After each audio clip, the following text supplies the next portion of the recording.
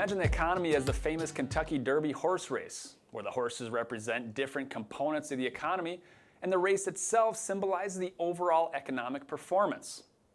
Here, there is no single winning horse, rather the entire field of horses from Tapit Trice to Forte had the same goal of reaching the finish line. The money supply acts as the fuel or energy that powers these horses to compete in the race. Money supply is like the grains, oats, and barley. This includes items such as currency in circulation, demand or savings deposits, and money market funds. The right mix of fuel provides stability and support for the economy as the race goes on. Now, think of inflation as the pace of the race. If the horses run too fast, too much money in the economy, it could lead to a high pace, inflation, that might cause them to tire out or even collapse. Said another way, if the money supply grows too big relative to the size of the economy, the unit value of the currency diminishes, its purchasing power falls as prices rise.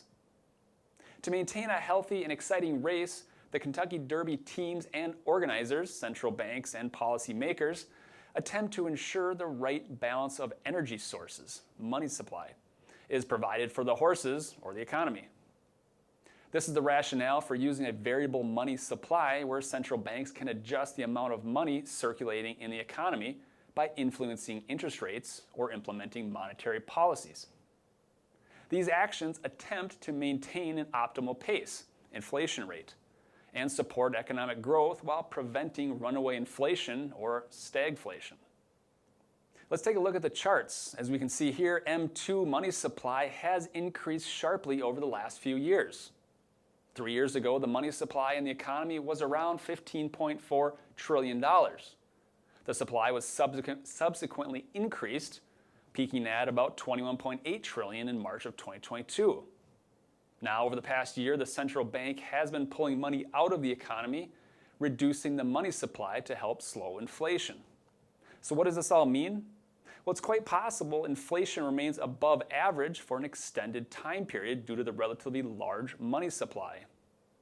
From an investing standpoint, historically, assets that are more finite in supply, such as stocks, have fared well during periods of elevated inflation.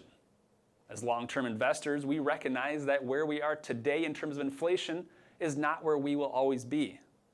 We continue to advocate for owning a diverse mix of assets to prepare for a variety of outcomes.